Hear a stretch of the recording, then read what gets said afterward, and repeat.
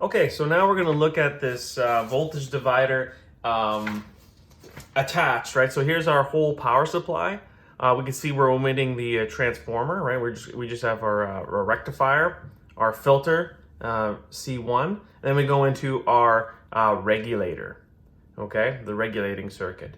So it's also worth noting what makes an ideal regulator is the fact that we can have a constant DC output voltage regardless of its input, right? Changes in voltage potential and changes in the load, right? Requiring more current, right? That's your load and line regulation, okay? So depending on what the demand is on the current, the regulator will always produce a constant DC out.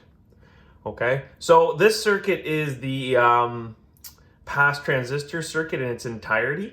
So you can see we have when we talked about on the first slide of the pass transistor, we just introduced the Zener, right, with the bypass or resistor attached to Q1, and then the Zener just regulated Q1 to have a certain amount of current based on the voltage drop across. And in that scenario, right, to find out what the load voltage would have been, you'd have to grab your Zener current, or VZ, right, and subtract it by the VBE of Q1, okay? So that's how you know what your voltage is. Remember, VBE is just the cost of doing business, which is generally 0.7. So if, say, for instance, the load voltage changed, right, for whatever it was, you just subtract whatever VB is by the Zener by whatever VB is, and that will give you whatever the new low voltage is. Okay, so in this circuit we got our main parts, right? So we have the detection portion of the circuit, right, which is your Q2 and the voltage divider, and then you also have your current limiting section of the circuit, right, consisting of Q3 and RS. So let's ignore these guys for now. For all intents and purposes, if this circuit is operating within its range, not exceeding the current, Q3 remains off, and it's basically like having nothing here because it's only 0.2 ohms. So it's like not having nothing here from here to here. Okay, now remember the relationship we're trying to maintain in this scenario is just Ohm's law, right? VIR, okay? And what this means is that we're compensating for changes in resistance to the load, right? So if the resistance goes up, if current was initially fixed at a set value, if the resistor changed, our voltage would have to go up, right? And what we're trying to do is compensate the circuit to bring the current back down to maintain a steady voltage. Vice versa, if the resistor went down, right, the voltage would go down, then we'd have to increase our current to compensate and bring the voltage back to where it needs to be. So let's go through each one of these scenarios, and then we'll talk about the current limiting circuit. So let's just imagine for a second the load voltage went up because the resistor increased, right? That increase in voltage would be sensed from this point to this point because it's in parallel, and that would be sensed across this voltage divider, right? Because now these resistors won't drop the same voltage. It would be, they would drop different values, and that would be sensed on here, which would mean the voltage here, or the potential here, would have to go up, which means what we have here, now because the Zener's here, he's always dropping 10 volts, right? So current is increasing, decreasing, provided we stay within the parameters of the Zener. He's always going to drop 10 volts. So if we bias this guy harder, right, we're biasing them harder, we increase the amount of current flow through here. Now remember, the relationship that happens inside the transistor is such that if current increases this point to this point, the voltage drop. If current goes up, the voltage drop across the transistor goes down. Okay, so this is the R1 is the collector resistor. Notice that this point is tied to this point, so that would be R1 would be the same potential measured reverse bias across Q1. So for all intents and purposes, what's sitting at VC, if current, so we're biasing them harder, current's increasing, what's sitting at VC must go down. The potential must go down because if we increase current, more of a voltage drop is sensed across him. That means if you measure this point across here, it went down. Okay? Now, that's because we have obviously our Zener maintaining 10 volts here. So that doesn't change anything. So if you measure from here to all the way to return, then you would measure a voltage down. Well, so what that means is if we're biasing, if VC goes down, we're biasing Q1 less. Okay, so Q1 goes down, or biasing less, which means IL, the current, goes down.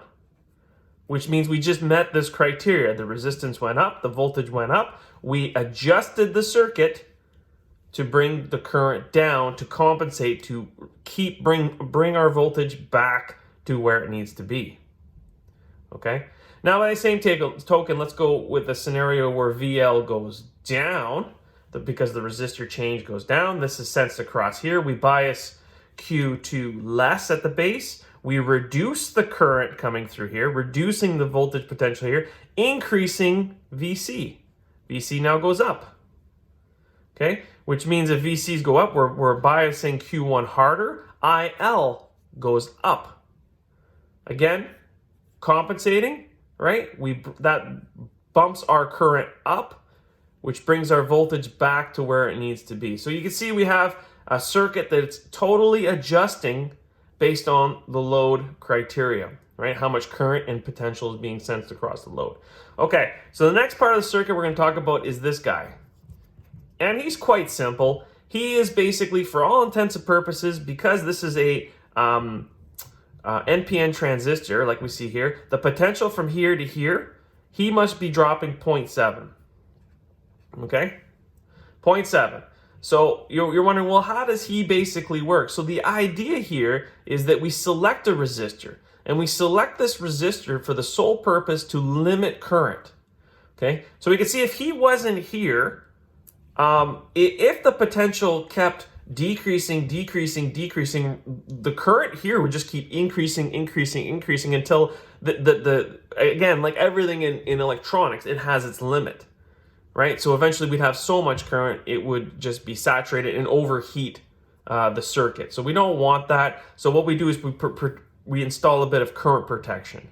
Okay? And in this circuit, the current, we select RS for the sole purpose to limit current. So you can see here, if RS ever gets 0.7 volts, Q3 will turn on. If Q3 turns on, what it does is it bypasses.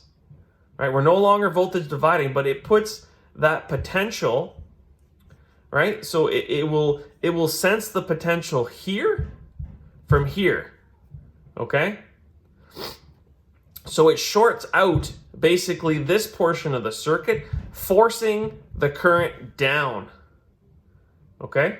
It would reduce because what would essentially happen is that you'd have a far less of a value sitting here if you short it out. So it's like grabbing a piece of wire just going straight from here to here. Okay? So you'd have basically, if you put a piece of wire from here to here, all you would essentially have, right, would be the 0.7 volts at this point here because it's shorted right here to here. So you'd be basically, for all intents and purposes, reducing this value to almost, if you have just a 0.7 volt potential from here to here, it's just to say on. So you're basically, you've just dropped it right down to basically nothing. So IL will go down quite a bit. Okay, so if we want to figure out what this current, so the neat thing about this circuit, the current limit, is we can select this resistor, like I said earlier, to have a value that would, we could pick whatever we want to limit current to. And the way we would find that is you would just grab your 0.7 volts, because he will always be 0.4, and divide it by whatever the resistor is. So in this case here, you could see it's 0.2 ohms. Okay, you would divide those values, and that would give you the current that he would turn on at, which so happens to be the max current. So this would give you I max. Okay. Now I don't have my my calculator handy. Actually, I do. Ooh. So if we grab 0.7 divided by 0.2. Right, so you can see in this circuit, the limiting current would in fact be just 3.5 amps. Okay, and that's basically the whole pass transistor configuration with the sensing and the current limiting.